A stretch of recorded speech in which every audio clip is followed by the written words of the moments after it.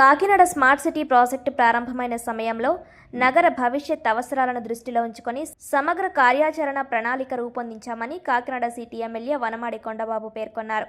శుక్రవారం కాకినాడ కార్పొరేషన్ కార్యాలయ అభివృద్ధి పనులను MLA Vanamadi Kondababu, commissioner Satyanarayana, SA Venkatrao తదితరులు పరిశీలించారు.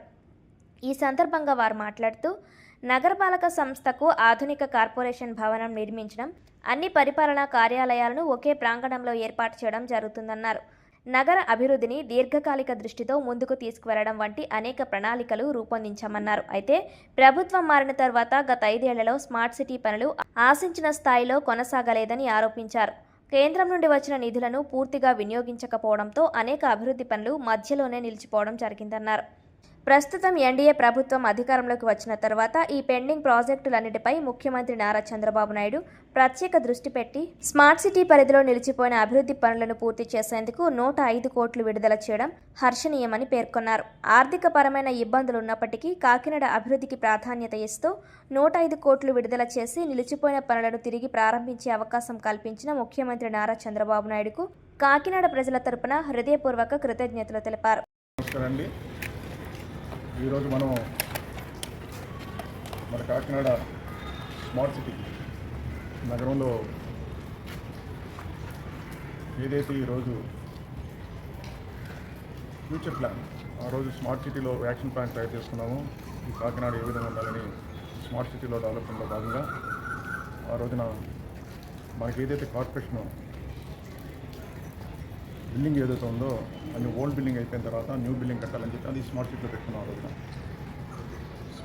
స్మార్ట్ సిటీలో అడ్మినిస్ట్రేషన్ కౌన్సిల్ మొత్తం అంతా ఒకే చోట ఉండాలని ఒక బ్రహ్మాండ బిల్డింగ్ ప్లాన్ చేసుకున్నాం. ఆ రోజున ప్లాన్ చేసుకుని ఇదే కాదు, టోటల్గా సిటీ ఎలా ఉండాలో ఒక యాక్షన్ ప్లాన్ తయారు చేసుకుని ముందుకెళ్ళాం.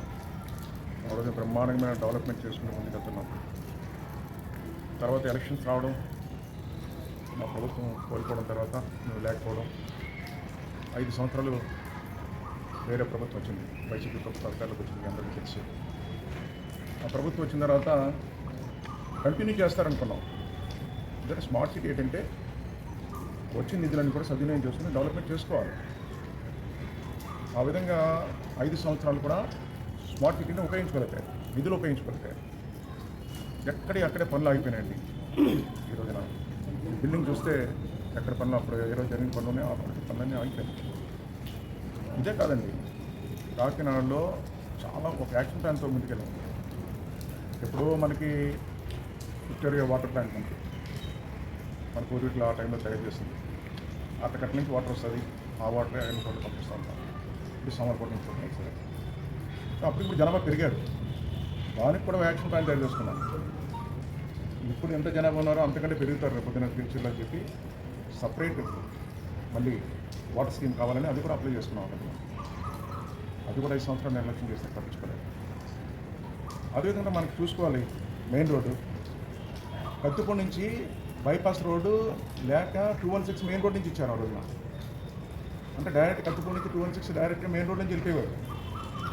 ఆ రోజు మా ప్రభుత్వం ఆ రోజు ఇది కరెక్ట్ కాదు, బైపాస్ ఉండాలని చెప్పి 3 నుంచి శాంక్షన్ చేశాం, శంకుస్థాపన చేశాం, నిధులు వచ్చాయి.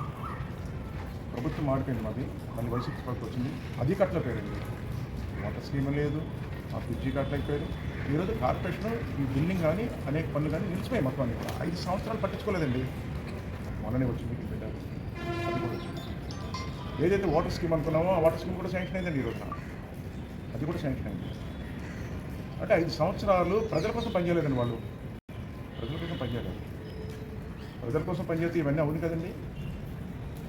ప్రభుత్వం ఈ కాకినాడ ప్రజల కోసం పనిచేయలేదు. చెప్పడానికి ఇది ఉదాహరణ. ఎన్ని ఆర్థిక ఇబ్బందులున్నా, కష్టాలున్నా ఈరోజు ముఖ్యమంత్రి గారు ఈ కాకినాడ ప్రజల కోసం ఏదైతే కోరామో అవన్నీ కూడా నెరవేరుస్తున్నందుకు నా ద్వారా ఈరోజు ఏదైతే అధికారులు ఉన్నారో, కాకినాడ ప్రజలు ఉన్నారో అందరి ద్వారా అభినందనలు తెలియజేస్తాను. ఈ సందర్భంగా తెలియజేస్తున్నాను. ఇది తొందరగా ఇంకా ఇప్పుడే చూసాం, కొన్ని మార్చాల్సిన పనులు ఉన్నాయి.